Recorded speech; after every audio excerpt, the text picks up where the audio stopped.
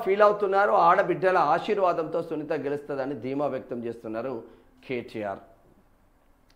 సొంత బావ ఫోన్ను ఎవరైనా ట్యాప్ చేశారా? ఎక్సలెంట్ వార్త ఇది.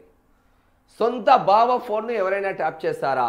ఆ వార్త వినగానే కడుపులో దేవినట్లయింది అంటున్నారు కవిత. జనం బాట పట్టాక నాతో టచ్లోకి బీఆర్ఎస్ లీడర్లు, ఉద్యమకారులు. ఆ పార్టీలో చాలామంది అసంతృప్తిలో ఉన్నారు. అవమానం జరిగిందనే బయటికి వచ్చిన 10 ఏళ్ళు ఉద్యమకారులకు తీరని అన్యాయం జరిగిందని ఫైర్.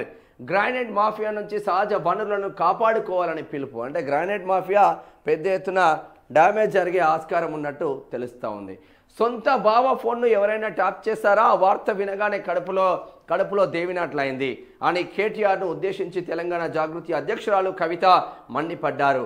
బీఆర్ఎస్లో తనకు అన్యాయం జరిగినా భరించానని, కానీ అవమానం జరగడంతోనే ఆత్మ గౌరవం కోసం బయటికి వచ్చానని ఆమె వెల్లడించారు. బీఆర్ఎస్లో చాలామంది నేతలు, ఉద్యమకారులు అసంతృప్తిలో ఉన్నారు. నేను పార్టీని వీడి జనం బాట పట్టాక చాలామంది బీఆర్ఎస్ నేతలు, ఉద్యమకారులు నాతో టచ్లోకి వచ్చారు అని తెలియజేస్తున్నాను. నేను వీళ్ళ బాణాన్ని కాదు, తెలంగాణ ప్రజల బాణాన్ని. రాష్ట్రంలో ఖచ్చితంగా రాజకీయ శూన్యత ఉంది. జనం బాట పూర్తయిన తర్వాత మా కార్యాచరణ ప్రకటిస్తాం. ప్రజల తరపున పోరాడాల్సిన పార్టీలు ఆ పని చేయడం లేదు. కొన్ని ఆ పార్టీలను నమ్ముకొని దగాపడ్డామని ప్రజలు నాతో చెప్తున్నారు. మేము ప్రజల గొంతుకగా మారుతాం. జాగృతి సాంస్కృతిక వేదిక మాత్రమే కాదు, రాజకీయ వేదిక కూడా అంటున్నారు. సొంత భావన ఎవరైనా, ఆ సొంత బావ ఫోన్ను ఎవరైనా ట్యాప్ చేస్తారా అన్న చర్చ మాత్రం జరుగుతూ ఉంది. అంటే కవిత వాళ్ళ హస్బెండ్ ఫోన్ను ఎలా ట్యాప్ చేస్తారు? సొంత బావ పైన మీకు నమ్మకం లేదా? సొంత చెల్లెలి పైన మీకు నమ్మకం లేదా? ఎందుకు సొంత బావను, సొంత చెల్లెని కూడా ఫోన్లు ట్యాప్ చేసి మానసికంగా కృంగదీస్తూ ఉన్నారు? సహజ సంపదలు మొత్తం సర్వనాశనం చేస్తున్న పరిస్థితులు మాత్రం ఉన్నాయి. మరి సహజ సంపదలు ఎటుపోతున్నాయన్న చర్చ జరుగుతూ ఉంది. జనం బాట పట్టిన కల్వకుంట్ల కవిత ఒక్కొక్క బాణాన్ని వదులుకుంటూ ముందుకు వెళ్తూ ఉంది. నేను అన్న బాణాన్నో అయ్య బాణాన్నో కాదు, తెలంగాణ బాణాన్ని అని చెప్పుకుంటున్న పరిస్థితులు మాత్రం ఉన్నాయి. ఆమె స్పష్టతతో ముందుకెళ్తున్నట్టు మా దగ్గర ఉన్న సమాచారం. ఆమెకున్న నాలెడ్జ్కి తెలుగు కానీ, ఇంగ్లీష్ కానీ, హిందీ కానీ అనర్కలంగా మాట్లాడే కేపబిలిటీ ఉన్న కల్వకుంట్ల కవిత స్పష్టమైన రాజకీయ పార్టీ దిశగా తెలంగాణ రాష్ట్రాన్ని ఒక చుట్టేసి జనం బాటలో ఏమేమి సమస్యలు ఉన్నాయి, ఆ బాటలో రైతులు ఎట్లా ఉన్నారు, కార్మికులు ఎట్లా ఉన్నారు, కర్షకులు ఎట్లా ఉన్నారు, ఏ విధంగా ఉన్నారు అని తెలంగాణ రాష్ట్ర వ్యాప్తంగా తిరిగిన తర్వాత రాజకీయ పార్టీని అనౌన్స్ చేసే ఛాన్స్ ఉంది.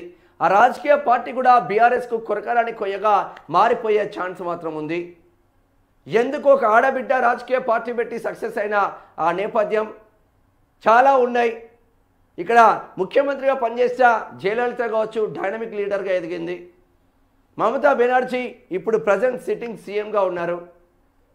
ఎందుకు వాళ్ళు సక్సెస్ కాదని లేనిది కల్వకుంట్ల కవిత ఎందుకు సక్సెస్ కాదు అని చాలామంది కూడా మాట్లాడుకుంటున్న పరిస్థితులు మాత్రం ఉన్నాయి. అందుగురించే జాగృతి పేరుతో ఎప్పుడో స్టార్ట్ చేసిన జాగృతి పేరుతోనే జనంలోకి వెళ్ళిండ్లు. ప్రజలే నా బాణం, తెలంగాణ ప్రజలే నా బాణం, తెలంగాణ ప్రజల కోసమే నేను పనిచేస్తా అన్న చర్చ మాత్రం జరుగుతుంది కల్వకుంట్ల కవితకి. మరి ఇప్పుడు మొత్తం 33 జిల్లాలను చుట్టేసిన తర్వాత ఒక రాజకీయ పార్టీని స్థాపించే అవకాశం ఉంది. దానితో ముందుకు వెళ్ళే అవకాశం ఉంది. మరి ఇప్పటికే సుదీర్ఘంగా ఉన్న పరిచయాలను బేరీజు వేసుకొని చాలామంది ఆయా పార్టీలలో ఎవరైతే హ్యాపీగా లేరో వాళ్ళను తీసుకొని ముందుకు వెళ్ళే ఆస్కారం, స్పష్టమైన నిర్దిష్టమైన ప్రణాళికలతో కల్వకుంట్ల కవిత ముందుకు వెళ్తున్నట్టు మన దగ్గర ఉన్న విశ్వసనీయ సమాచారం. ఒక్క హామీ కూడా నెరవేర్చలేదు. 100 రోజులని చెప్పి 1000 రోజులైనా అమలు చేయలేదు రామచంద్రరావు. కేవలం ఓట్ల కోసమే హామీలు ఇచ్చిండ్రు. కాంగ్రెస్ పాలన భస్మాసుర హస్తమని విమర్శ. రాష్ట్ర ప్రభుత్వంపై బీజేపీ ఛార్జ్ షీట్ రిలీజ్ చేస్తుందంట. 23 నెలల కాంగ్రెస్ పాలన